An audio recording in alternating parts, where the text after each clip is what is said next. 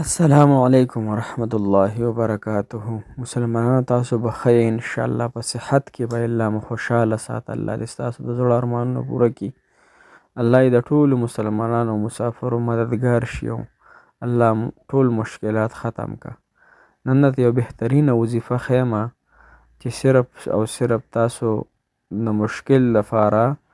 14 پیرې ویلی شئ. یعنې چې لږ معمولی شان مشکل تاسو ته پیښ شي نو صرف او صرف 14 پیرې به وایي، او که د هغې نه تاسو ته لږ سیوا مشکل یعنې لږ تیز یا لږ زیات مشکل د پیښ شي او هغه د ختمېدو نوم نه اخلي، یعنې حاجت نه پوره کیږي، مشکل نه اسانیږي، بیماری نه ختمیږي، مقصد نه حاصلیږي، نو د هغې دپاره بیا تاسو 33 ځله وایئ. یعنی 33 مرتبه به دا وظیفه کوئ، نو تاسو ته به الله تعالی اسانی درکړي، مشکلات به هم ختم کړي. ډېر انتهایی مجربه وظیفه ده، طاقتوره ده، او چونکې الله جل شانه د خپل محبوب صلی الله علیه وسلم سره ډېر محبت کوي، نو د هغه محبت د وجې نه چې دا وظیفه څوک وکړي، احمد رسول الله، محمد رسول الله او د الله رسول صلی الله علیه وسلم خپل الله ته وسیله وګرځئ او دا وظیفه ورته وګرځئ، نو الله تعالی به د حاجت پوره کړي. ځکه چې په دنیا کې د جناب محمد رسول الله صلی الله علیه وسلم نوم محمد دی صلی الله علیه وسلم، او په آخرت کې احمد صلی الله علیه وسلم نوم دی. دا دواړه نومونه د الله تعالی د سیړه دي، نو لہذا کم انسان چې په دې نومونو باندې د الله تعالی نه خپل حاجت طلب کی، خپل مقصد طلب کی، نو الله تعالی به د مقصد هم پوره کی. او که یو انسان دا غواړي چې الله تعالی دې زما دعا قبول کی او په ما باندې الله تعالی خپلې تمامې دروازې د رحمت کولو کی او د غضب دې را باندې بند شي، نو هغه له پکار ده چې دا وظیفه خامخا په خپله زندګۍ کې شامل حال کړي. څنګه چې موږ په زندګۍ کې اوبه شامل حل کړي، د اوبو نه بغیر ژوند نه تیریږي، د روټۍ خوړل نه بغیر ژوند نه تیریږي، دغه رنګې د جامې او د فیضار نه بغیر ژوند نه تیریږي، نو چې دغه رنګې موږ هم دا وظیفه کوو چې دې نه بغیر موږ ته سکون نه میلاویږي تر څو پورې چې دا وظیفه سر ته نه وي رسولې او پوره کړې نه وي. لہذا دا وظیفه زه تاسو ته ښیمه اسانو طریقې سره. دا وظیفه تاسو خپله کوئ او ستاسو مشکلات په الله تعالی ختم کړي. هغې مسافرو ته مې درخواست دی کوم چې بهر وطنونو کې ژوند تیروي، یا هغه مسلمانان چې زما دا ویډیو ګوري د هغوی په کورونو کې مسافر دي، دغه مسافر بهر وطنونو کې دي، امریکا کې دي، یورپ کې دي، سعودي عرب کې دي، دوبۍ کې دي، فرانس، قطر، ایران کې دي، هر د دنیا په ګوټ کې چې دي، دغې مسافرو ته د الله تعالی ډېرې خوشحالۍ ورکړي او دغه مسافر د الله تعالی په خیر او عافیت سره راوستلی کړي ستاسو خواته په ډکو منګلو سره. یقین په الله وکړئ، مسافرو سره ډېر محبت د اړه لرمه، او د جمعې په ورځ چې کله زه بیان وکړم الحمدلله،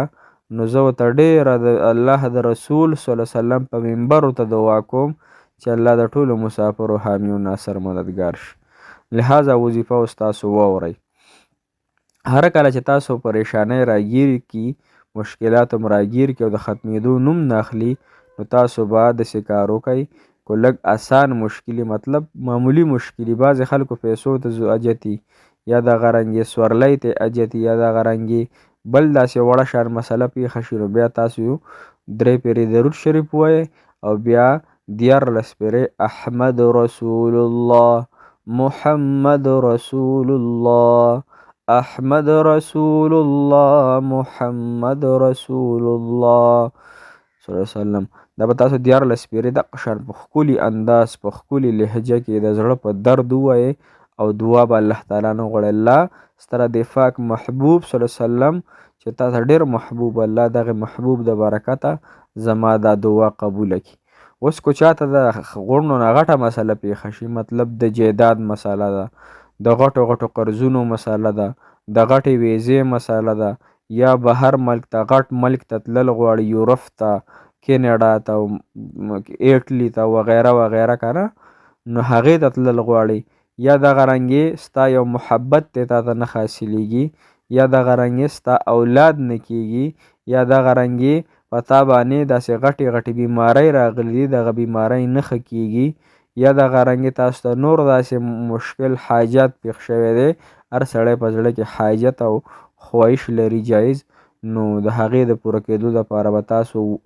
11 پیرې درود ابراهیمي ووایئ، کوم چې موږ په مانځه کې وایو. صحیح شوه پوره. او بیا به 33 مرتبه، یعنی 13 او 3 مرتبه به احمد رسول الله، محمد رسول الله، احمد رسول الله، محمد رسول الله، دا به تاسو 33 مرتبه ووایئ. 11 پیرې به بیا وروسته درود شریف ووایئ، او بیا به د الله پاک محبوب احمد مجتبی محمد عربي صلی الله علیه وسلم رب کریم ته وسیله جوړ کړي چې مالک الله تا د خپل پیغمبر سره ډېر محبت کړي، تا د خپل پیغمبر علیه صلات وسلام د اسمان نه فرشتې راکوزي کړي، تا د خپل پیغمبر علیه صلات وسلام خپل عرش مولا ته خیجولی، تا د خپل محبوب صلی الله علیه وسلم د سلو تورو د لاندې حفاظت کړی، تا د محمد صلی الله علیه وسلم امت سره ډېر محبت کې الله. نو الله زه د خپل پاک محبوب محمد عربي صلی الله علیه وسلم په وسیله دا دعا غواړم زما دغه مقصد ختم کی، زما دغه حاجت پوره کی، زما د نکاح مسله دا وکي، زما فلانکی جینۍ خوښه ده دا وکي، زما فلانکی کار وکي او فلانکی. الله نه به حیا کوو په ګناهونو کې، په دعا غوښتلو کې به د الله نه شرم او حیا نه کوو، ځکه چې موسی علیه صلات وسلام باره کې راځي او کس هغه به الله ته وي الله که چېرې ته ماته میلاو شي زما دا چیلۍ دي په تا باندې به زه پیوس کم، الله زه به تا له سپږې وګورم، الله زه به ستا خپې لاس چاپي کم، دغه رنګې خبرې کولې. حالانکې دغه انسان ته پته نه وه چې کله موسی علیه صلات وسلام دا خبرې واورېدلې هغه یې ودږو چې الله تعالی د هر څیز نه پاک دی، الله خوراک نه کوي، الله اوده کیږي نه. نو الله جل شانه ته وحی وکړی موسی علیه الصلاة والسلام زما دا بنده ته ولې ما نه مرور کو، د دا ښکلې ښکلې خبرې او د دا ښکلې ښکلې لهجه چې دی نه پوهېدو او زه ماته ویل الله زه به تاله دا وکړم دا ماته ډېرې محبوب وي، لهذا په دعا غوښتلو کې الله نه شرم نه دی پکار. الله دغه جینۍ مې خوښه ده، الله ډېر محبت درڅه کوم، الله تا زموږ دپاره دا جینکۍ پیدا کړي، الله تا دا هلکان زموږ دپاره پیدا کړي، الله نو الله زما دا محبت ماته حاصل کړي، الله زما دا ویزه ماته حاصل کړي، الله زما دا بچي نیکان کې، الله زما دا قرضونه ختم کړي، ستا خزانو کې کمی نه راځي، ډېرې غټې دي. دغه رنګې په ترتیب سره په ښکلي انداز سره بار بار په ژړا باندې غوښتلو سره دا وظیفه تاسو کو، 1 ورځ کې ونه شوه 2 ورځې وکړئ 3 ورځې وکړئ، پرېږدئ مو څو پورې ستاسو حاجت پوره شوی نه دا وظیفه به تاسو نه پرېږدئ. الله تعالی دې ستاسو تمام ضرورت او حاجات پوره کړي، الله تعالی دې ستاسو د زړه مرادونه پوره کړي انشاءالله. او موږ به تاسو ته دعاګانې کوو، تاسو موږ ته کوئ. الله مو راته ډېره خوشحاله او آباد تر و تازه کامیاب لره. جزاک الله خیر، احسن الجزا فی الدنیا والآخره.